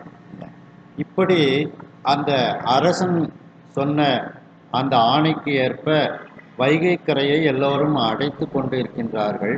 அப்படிப்பட்ட நேரத்தில் அந்த மதுரை மாநகரத்து ஊர்களில் இருக்கக்கூடிய எல்லோரும் எல்லாருக்கும் அவரவர்கள் கூலி ஆட்களை அமர்த்தி கொண்டு அந்த கூலி ஆட்கள் எல்லாம் இப்பொழுது வைகை கரையில் நெருங்கி அவரவர்களுக்கு முன்னால் அளந்து கொடுக்கப்பட்ட அந்த எல்லையை தொழில் முறையாக அவர்கள் தொடங்கி அந்த முறைப்படி அந்த தொழிலை தொடங்கி அவர்கள் அந்த வைகை கரையை அடைக்க ஆரம்பிக்கின்றார்கள். அப்படிப்பட்ட தருணத்தில் அந்த மதுரை மாநகரத்தின் தென்கிழக்கு பகுதி திசையில் ஒரு அம்மையார் இருக்கின்றார்கள். பலகாலம் அவர்கள் வாழ்ந்து அந்த ஊரிலேயே வாழ்ந்து தலையெல்லாம் நரையாக இருக்கக்கூடிய அந்த மூதாட்டி ஒரு அம்மையார் இருக்கின்றார்கள். அந்த அம்மையாரினுடைய பெயர் வந்தி என்று பெயர். அந்த வேத செவிக்கு உணவான அந்த வேதத்தின் உச்சி பொருளாக இருக்கக்கூடிய அந்த சிவபெருமான், அந்த சிவபெருமானை உணர்ந்து செந்தி வளர்த்து வேள்வி செய்து அந்த சிவபெருமானுக்கு அவி உணவு அந்த பூர்ணாகுதியெல்லாம் ஊட்டக்கூடிய கொடுக்கக்கூடிய அந்த சிவபெருமானினுடைய அன்பர்களாகிய அந்தணர்கள் அந்த சிவாச்சாரியார்களை விட மிகுதியாக நோன்பு சிவபெருமானை நினைந்து நோன்பு இருந்து தவமானது நிறைவு அடைந்த அந்த தருணத்தில் அந்த அம்மையார் இருக்கின்றார். அந்த தவத்தின் நிறைவு இப்பொழுது அந்த அம்மையாருக்கு நல்ல பேற்றினை சுவாமி கொடுக்க வேண்டும். அந்த நல்ல பேற்றினை அந்த முக்தி பேற்றினை அந்த அம்மையார் அனுபவிக்கக்கூடிய நிலையில் இருக்கின்றாள். துய்த்தல் அப்படின்னா அனுபவித்தல். அந்த முக்திக்கு உரிய ஒரு தருணத்தில் இந்த அம்மையார் இருக்கின்றார்கள். அப்படிப்பட்ட ஒரு உயர்ந்த தன்மை உடையவர்கள் அந்த அந்தணர்களை விட சிவாச்சாரியார்களை விட இந்த அம்மையார் ஒரு தவத்தை செய்து நிறைவாக இருக்கின்றார்கள். தாய் இல்லாதவர்களுக்கு தாயாக இருக்கின்றார்கள். ஏனென்றால் இங்கே தன்னை நாடி வந்தவர்களுக்கும் அந்த அம்மையார் பணம் காசு இல்லாவிட்டால் அவர்களுக்கு உணவு கொடுப்பதனால் அவர்களுக்கு அன்னையாக இருக்கின்றாள். சிவபெருமானுக்கும் தந்தை தாய் கிடையாது. அந்த தாயுமிலி தந்தையிலி தான் தனியன் காணேடி என்ற வார்த்தைக்கு ஏற்ப அந்த தாயில்லாத சிவபெருமானுக்கும் இந்த அம்மையார் அன்னையாக இருக்கின்றார். ஏனென்றால் தினந்தோறும் அனைத்து பிட்டையும் ஒரு தாயாக இருந்து சிவபெருமானுக்கு நிவேதனம் செய்தவள் இந்த அம்மையார். இந்த அம்மையாரினுடைய தொழில் என்ன என்றால் சுவை மிகுந்த பிட்டை அவித்து அதை விற்று அதை எல்லோருக்கும் உண்ண கொடுத்து தானும் அதில் வரக்கூடிய லாபத்தில் உண்டு இருக்கக்கூடிய அப்படிப்பட்ட ஒரு தொழிலை உடையவள். இந்த அம்மையாருக்கு திருமணம் ஆகவில்லை. எந்த ஒரு துணையும் இல்லாமல் இந்த அம்மையார் இருக்கின்றார்கள். வைகலும் அவித்த சௌவி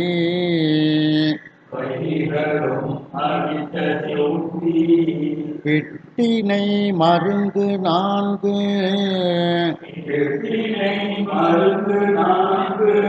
கைகளாய் முளைத்த முக்கள்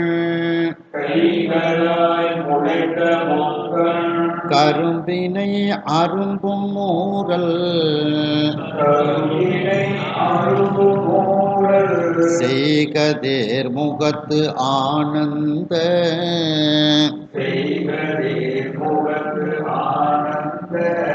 தேரலை ஆலவாயம்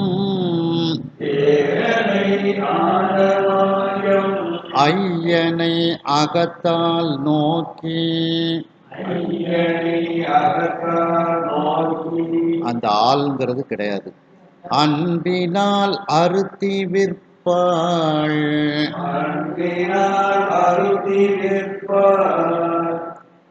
தினந்தோறும். வைகலும் அப்படின்னா தினந்தோறும்.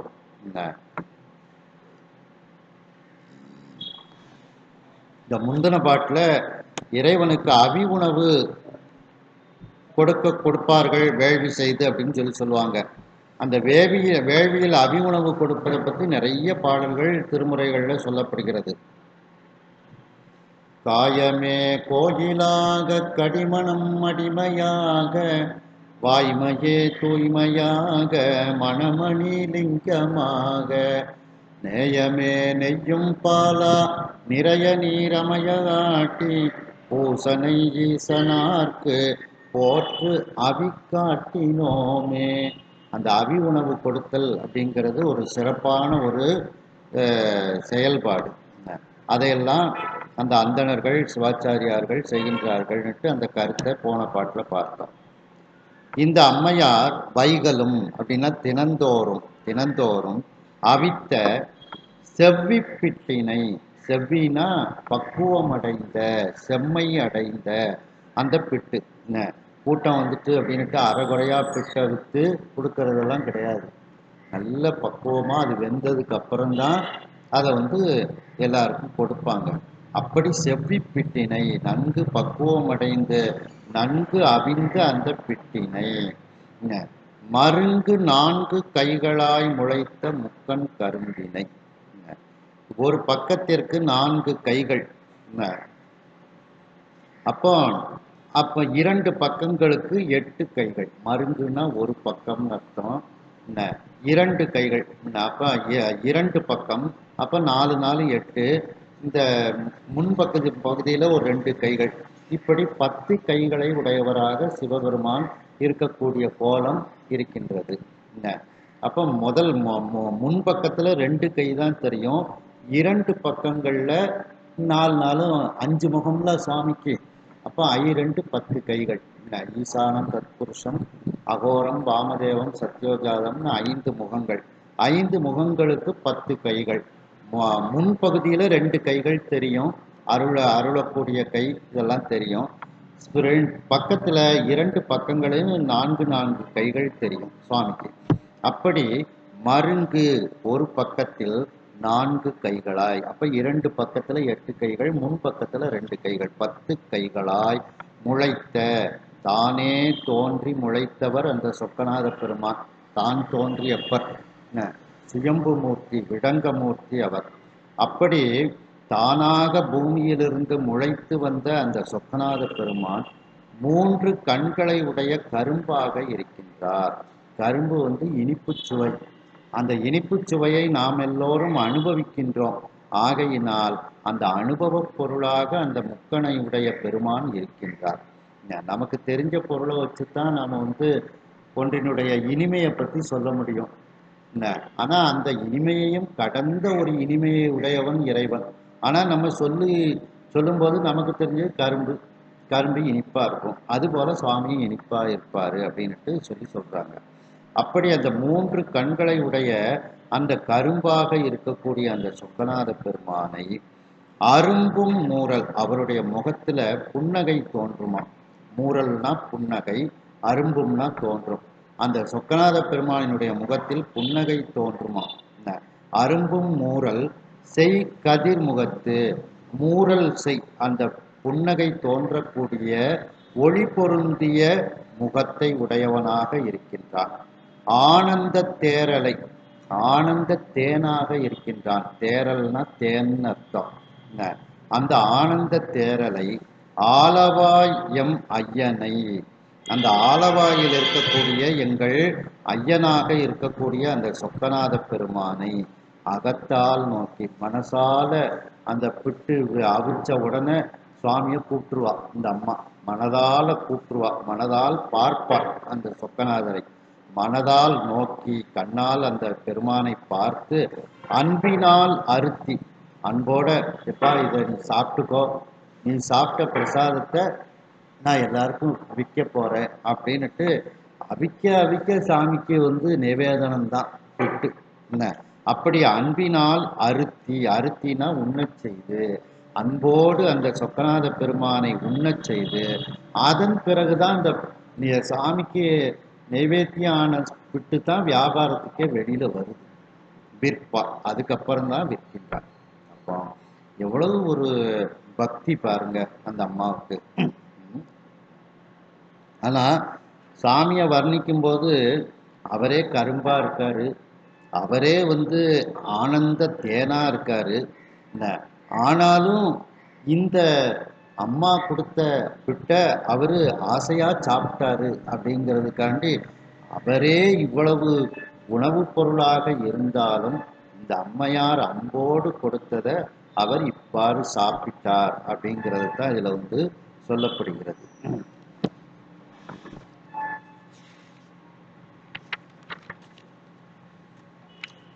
வளைந்த மெய்வுடைய அந்த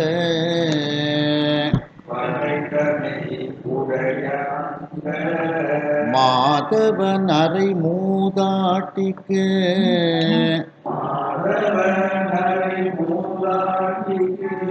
அழந்த பங்கு அடைப்பான் போலியாள் அளந்த பங்கு அடைவான் கூலியாள் கிடையாமல் ஆற்ற இழையாமல் ஆற்ற தளர்ந்து இனி என்னே மன்னன் தளர்ந்து எண்ணே மன்னன் தண்டிக்கின் என் செய்கேன் என்று கண்டிகின் என்றேன் என்று உளம் தடுமாறி கூடல் உளங்கருமாறி ஊழல் உடைய நாயகனை உண்ணா உடைய நாயகனை உண்ணா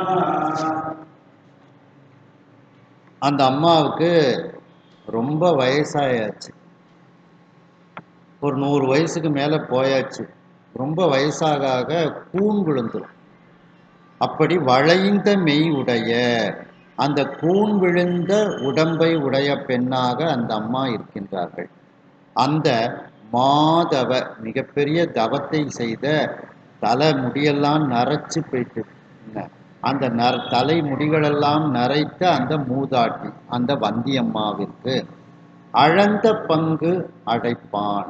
அந்த அம்மாவுக்கும் இவ்வளவு இடத்த நீங்க அடைச்சு கொடுக்கணும் அப்படின்னுட்டு பங்கு அந்த அம்மாவுக்கும் பிரிச்சு விட்டுட்டாங்க. அப்படி அந்த அம்மாவுக்கும் அழந்த பங்கை அடைப்பதற்கு அடைப்பான் அப்படின்னா அடைப்பதற்கு கூலி ஆள் கிடையாமல், கூலிக்கு ஆள் கிடைக்க மாட்டேங்குது.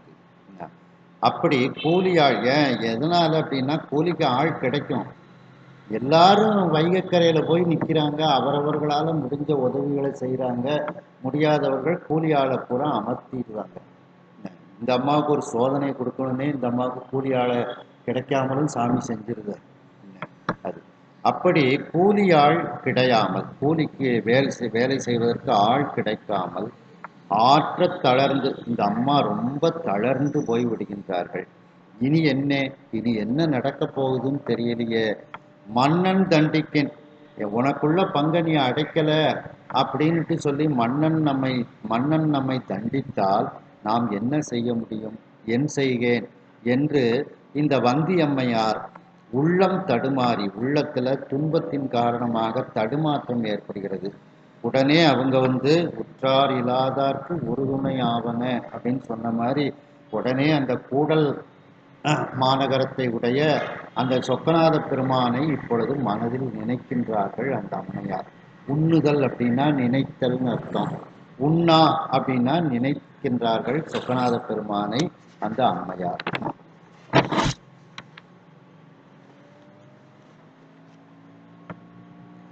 வந்தியம்மையார் தினமும் பக்குவமாக நன்கு வேக வைக்கப்பட்டு அந்த செம்மையை அடைந்த அந்த அவித்த பிட்டினை சிவபெருமானுக்கு நிவேதனம் செய்து விடுவார்கள். அந்த சிவபெருமான் எப்படிப்பட்டவர்?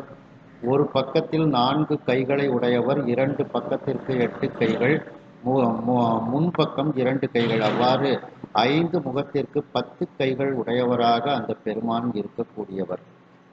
முளைத்தவர், மதுரையம்பதியில் தானாக அவர் முளைத்தவர், ஒளியால் செதுக்கப்படாமல் சுயம்பு மூர்த்தியாக அவர் முளைத்தவர். 3 கண்களை உடைய கரும்பு போன்று இனிமை மிகுந்தவர். அவருடைய முகத்தில் புன்னகை தோன்றுமாறு செய்யக்கூடியவர், முகத்தில் புன்னகை தோன்றுமாறு செய்யக்கூடியவர். அந்த ஒளி பொருந்திய முகத்தில் இருக்கக்கூடிய அந்த ஆனந்தமாகிய தேனை போல இருக்கக்கூடியவர்கள் அந்த சொக்கநாத பெருமான். அப்படிப்பட்ட அந்த சொக்கநாத பெருமானை, அந்த ஆலவாயில் இருக்கக்கூடிய எங்கள் ஐயனாகிய அந்த பெருமானை இந்த அம்மையார் தினந்தோறும் மனதுக்குள் அந்த பெருமானை கண்ணால் தரிசனம் செய்கின்றார்கள். மனக்கண்ணால் அந்த பெருமானை தரிசனம் செய்து அந்த பெருமானுக்கு தினந்தோறும் அன்பினால் அந்த பிட்டுக்களை உண்ணச் செய்து இறைவனுக்கு நிவேதனம் செய்துவிட்டு அதன் பிறகுதான் இந்த பிட்டை அந்த அம்மையார் விற்கக்கூடிய ஒரு பாங்கில் அவர்கள் இருந்து வருகின்றார்கள். அப்படிப்பட்ட ஒரு பக்தி நெறியில் அவர்கள் இருந்து வருகின்றார்கள். இந்த அம்மையாரினுடைய உடம்பு வயதின் காரணமாக கூன் விழுந்து வளைந்த உடம்பை உடையவர்களாக இருக்கின்றார்கள். மிகப்பெரிய தவத்தை செய்த அந்த நரைத்த தலையை கொண்ட அந்த மூதாட்டிக்கும் அந்த உடைந்த கரையில் அடைப்பதற்கு ஒரு பங்கை அந்த அரசன் அளந்து விட்டிருக்கின்றான். அப்படி இந்த அம்மையாருக்கு அளந்த அந்த பங்கை அடைப்பதற்கு கூலியாள் இப்பொழுது கிடைக்கவில்லை. கூலியாள் கிடைக்காததனால் இந்த அம்மையார் மிகவும் சோர்வடைந்து விடுகின்றார்கள். இனி என்ன நடக்கப் போகின்றது என்று தெரியவில்லையே. மன்னன் நம்முடைய பங்கு கரையானது அடைக்கப்படாமல் இருந்தால் மன்னன் தண்டிப்பான். மன்னன் தண்டித்தால் நான் என்ன செய்வேன் என்று உள்ளத்தில் துன்பத்தின் காரணமாக தடுமாற்றம் ஏற்பட்டு அந்த கூடல் மாநகரத்தை உடைய நாயகனாகிய சொக்கநாத பெருமானை இந்த அம்மையார் மனதில் நினைக்கின்றார்கள். விட்டு விற்று உண்டு வாடும் பேதையேன் இடும்பை என்பது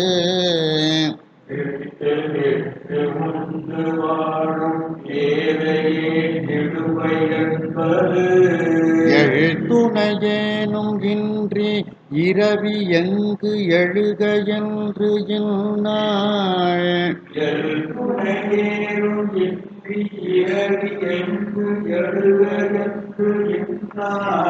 மட்டும் நின் அருளால் இங்கு வைகினேற்கு இன்று வந்து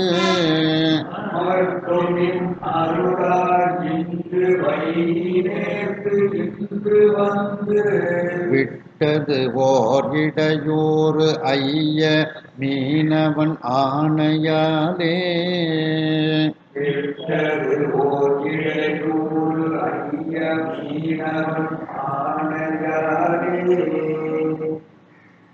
சுவாமிகிட்ட இந்த அம்மா வேண்டுகின்றார்கள். விட்டு விற்று உண்டு வாழும் பேதையர், விட்டு தினந்தோறும் அவிச்சு அதை விற்று அதில் கிடைக்கக்கூடிய லாபத்தை வைத்து நான் உண்டு கொண்டு வாழக்கூடிய இந்த அறிவில்லாத நான் பேதையேன். அப்படின்னா அறிவற்ற, இதை தவிர எனக்கு வேற அறிவு கிடையாதுன்னு அர்த்தம். அறிவில்லாத அப்படின்னா அறிவுங்கிறது நிறைய துறைகளில் இருக்கக்கூடிய அறிவு. நாம ஒரு துறையில தான் இருக்கிறோம். அதனால எல்லாருமே அறிவில்லாதவங்க தான். சரி, இப்போ எனக்கு தமிழ் கொஞ்சம் தெரியும், எனக்கு கம்ப்யூட்டர் என்னன்னு தெரியாது, செல்போனில் உள்ளதே சரியாக தெரிய மாட்டேங்குது, என்ன எப்படி என்ன ஏதுன்னு, இந்த லேப்டாப்பு தெரிய மாட்டேங்குது.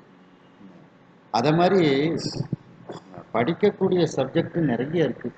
நம்ம ஒரு சிறு இதில் தான் நம்ம இருக்கிறோமே தவிர அதனால எல்லாருமே பேதையார்கள் தான்.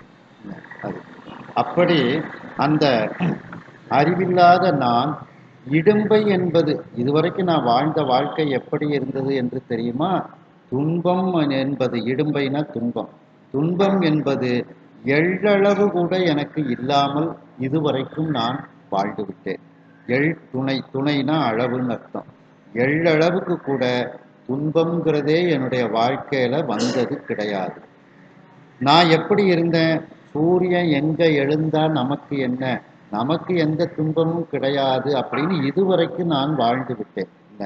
அதான் இதுல வருது பார்த்தீங்களா, எங்களிடம் ஞாயிறு எமக்கேலோ எம்பாவாய். எங்களுக்கு இந்த மாதிரி ஒரு சிவனடியார்களே கணவனாக கிடைத்தா சூரியன் கிழக்க உதிச்சா என்ன, மேற்க உதிச்சா என்ன, எந்த திசையில உதிச்சா என்ன, எங்களுக்கு எந்த கவலையும் கிடையாது அப்படின்னு அந்த பெண்கள் கூறுகின்றார்கள் திருவம்பாவையில. அதே மாதிரி சூரியன் எங்க உதிச்சா எனக்கு என்னன்னுட்டு இது வரைக்கும் நான் எள்ளளவுக்கு கூட துன்பம் இல்லாமல் நான் வாழ்ந்து விட்டேன் அப்படின்ட்டு.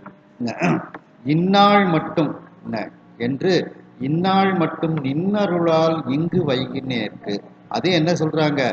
இந்த நாள் வரைக்கும், மட்டும்னா வரைக்கும், இந்த நாள் வரைக்கும் சொக்கநாத பெருமானே உன்னுடைய அருளால் தான் நான் இங்கு வாழ்ந்தேங்கிறாங்க, என்னுடைய சாமர்த்தியத்துல இல்லை அப்படின்ட்டு. நின்னருளால் இங்கு வைகினேற்கு, சொக்கநாத பெருமானே உன்னுடைய திருவருளால் இந்த ஊரில் வாழ்ந்த எனக்கு இன்று வந்துவிட்டது ஓர் இடையூறு ஐய. இன்றைக்கு ஒரு இடையூறு எனக்கு வந்துவிட்டது ஐயனே. மீனவன் ஆணையாலே, பாண்டிய மன்னனினுடைய ஆணையின் காரணமாக எனக்கு ஒரு இடையூறு வந்துவிட்டது அப்படின்ட்டு. இதை ரெண்டு அர்த்தமா எடுத்துக்கிடலாம். மீனவன்னா அரிமர்த்தன பாண்டியனுடைய ஆணையினால் வந்தது துன்பம்னுட்டு. இன்னொரு ஆணை என்ன? ஏற்கனவே பாண்டிய மன்னனுக்கும் சொக்கநாத பெருமானுக்கும் மீனவன்னு பேர் உண்டு. என்ன, அந்த பாண்டிய நாட்டை அரசனாக மணிமுடி சூடி சோமசுந்தர பெருமானாக பாண்டிய நாட்டை ஆண்டதனால் சொக்கநாத பெருமானுக்கும் மீனவன் என்று ஒரு பெயர் உண்டு. இந்த சொக்கநாத பெருமான் தானே வைகையை பெருகி வர்றதுக்கு ஆணையிட்டாரு. அப்போ ரெண்டு பேராக எனக்கு துன்பம்னு மறைமுகமாக அந்த அம்மா அவங்களுக்கு தெரிஞ்சது பாண்டிய மன்னன், அவ்வளவுதான். அப்ப இரண்டு பேரால இப்ப துன்பம் வந்திருக்கு. ஒண்ணு பாண்டிய மன்னனால, இன்னொன்னு சொக்கநாத பெருமானால அப்படின்னு இரண்டு விதமாக பொருள் எடுக்கக்கூடிய இடமாக இது இருக்கின்றது.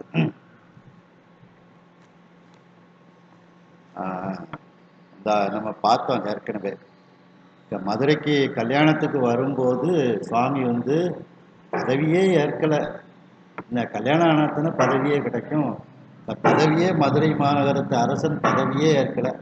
பதவி ஏற்காம கல்யாணத்துக்கு வரும்போதே சுவாமி வேப்பம்பூ மாலையை போட்டு வந்தார். பாண்டியர்களுக்குள்ள மாலை வேப்பம்பூ மாலை. அதனால கொன்றை மாலை வில்வ மாலையெல்லாம் விட்டுட்டு சுவாமி வேப்பம்பூ மாலையை போட்டுட்டு கல்யாணத்துக்கு வந்தாரு அப்படின்ட்டு நம்ம இதுல பார்த்தோம். அப்படி அந்த அரிமர்த்தன பாண்டியனுடைய ஆணையாலும் சொக்கநாத பெருமானினுடைய ஆணையாலும் இன்றைக்கு எனக்கு ஒரு இடையூறு வந்துவிட்டது அப்படின்னு இந்த அம்மா வருத்தப்படுகின்றார்கள். நான் இந்த தினந்தோறும் பிட்டு விற்று எனக்கு பிட்டு அவிக்க தெரியும், விற்க தெரியும். இதை தவிர வேற எந்த அறிவும் எனக்கு கிடையாது. இன்றைக்கு இதுவரைக்கும் நான் துன்பம் அப்படிங்கிறது எள்ளளவு கூட அனுபவிச்சதே இல்லை. இத சூரியன் எங்க எழுந்தா என்ன, நமக்கு எந்த துன்பமும் இல்லாமல் இந்த சொக்கநாத பெருமான் நம்மை வைத்திருக்கின்றார் அப்படின்னுட்டு உன்னுடைய திருவருளால் நான் வாழ்ந்து விட்டேன். இன்றைக்கு இதுக்கெல்லாம் சேர்த்து வச்சு ஒரு இடையூறு வந்துவிட்டது இந்த பாண்டிய மன்னனினுடைய ஆணையின் காரணமாக என்று அந்த அம்மையார் வருத்தப்பட்டு இறைவனிடத்தில் வேண்டுகின்றார் என்று இந்த அளவில் இந்த சிந்தனையை நிறைவு செய்து மீண்டும் அடுத்த சிந்தனையில் இதனை நாம் தொடர்வோம்.